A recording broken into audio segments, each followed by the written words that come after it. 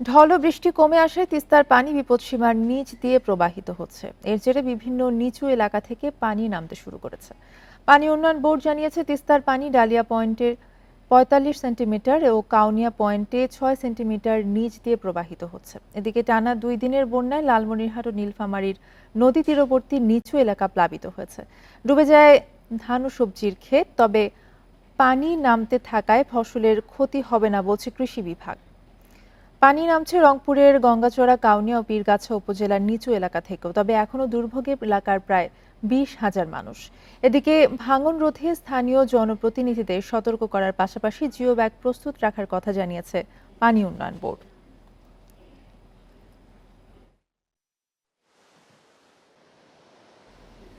এ নিয়ে আরো জানাতে নীলফামারী থেকে যুক্ত হবেন সহকর্মী মাহমুদ আল হাসান। মাহমুদ, আপনি জানাবেন, আপনি নীলফামারীতে যেহেতু আছেন, যে তিস্তার পানি কিন্তু বিপদসীমার নিচ দিয়ে প্রবাহিত হচ্ছে ঢল এবং বৃষ্টি কমে আসার কারণে।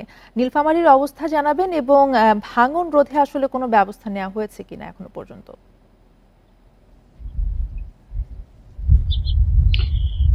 তিস্তা নদীর ডালিয়া ব্যারেজ পয়েন্টে গতকাল বিপদসীমা অতিক্রম করার প্রায় ২৪ ঘন্টা পর কিন্তু পানি কমতে শুরু করেছে। গতকাল বিকেলের পর থেকে বিপদসীমার নিচে পানি প্রবাহিত হয়ে আসছে এবং আজ সকাল ৬টায় প্রবাহমান পানির উচ্চতা ডালিয়া ব্যারেজ পয়েন্টে ৫১.৭০ সেন্টিমিটার, অর্থাৎ বিপদসীমার ৪৫ সেন্টিমিটার নিচ দিয়ে পানি প্রবাহিত হয়ে আসছে।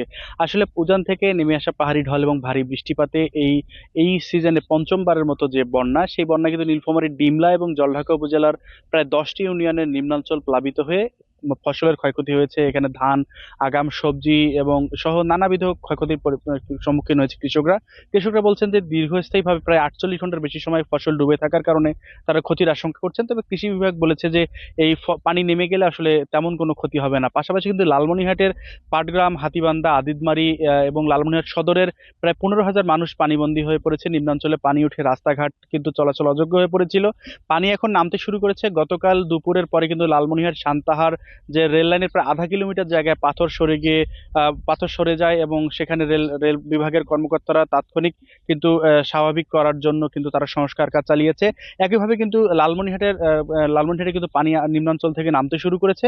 তো কৃষি বিভাগ, পানি উন্নয়ন বোর্ড এবং স্থানীয় উপজেলা প্রশাসন তারা সবাই কিন্তু তৎপর রয়েছে এই বন্যার ক্ষতিপুষি নিতে। লালমনিরহাটের জেলা প্রশাসক এস এম রায়হান তিনি যেটি বলেছেন যে লালমনিরহাটের এই বেশ যে ক্ষতিগ্রস্ত মানুষ রয়েছে তাদের জন্য ১৩ লক্ষ টাকা এবং প্রায় ৯০ টন জিয়ার চাল তারা বরাদ্দ করেছেন ক্ষতিগ্রস্ত মানুষকে দেওয়ার জন্য। গতকাল সেটি বিতরণের কার্যক্রম শুরু হয়েছে এবং আজ সারাদিন এই বন্যায় ক্ষতিগ্রস্ত মানুষ যারা নিম্নাঞ্চলে বসবাস করেন এবং যাদের বাড়ি, রাস্তাঘাট এলাকায় পানি জমেছে তাদের কিন্তু এই চাল দেওয়া হচ্ছে। একইভাবে পানি উন্নয়ন বোর্ড ডালিয়া ডিভিশনের কর্মকর্তারা যেটি জানিয়েছেন যে এই বন্যায় কোনো বাঁধের এসপার বাঁধ, ছোট বড় যে মাঝারি বাঁধগুলো রয়েছে সেই বাঁধের যাতে কোনো ক্ষয়ক্ষতি না হয় সেজন্য তাদের টিম কাজ করছে। একইভাবে এই বন্যায় নিম্নাঞ্চলে যে রাস্তাঘাটের ক্ষয়ক্ষতি হয়েছে সেটি নিরূপণের জন্য এলজিডি কর্তৃপক্ষ সচেতন রয়েছেন। এই ছিল আমার কাছে উত্তরাঞ্চলে পানি বৃদ্ধি নিয়ে সর্বশেষ।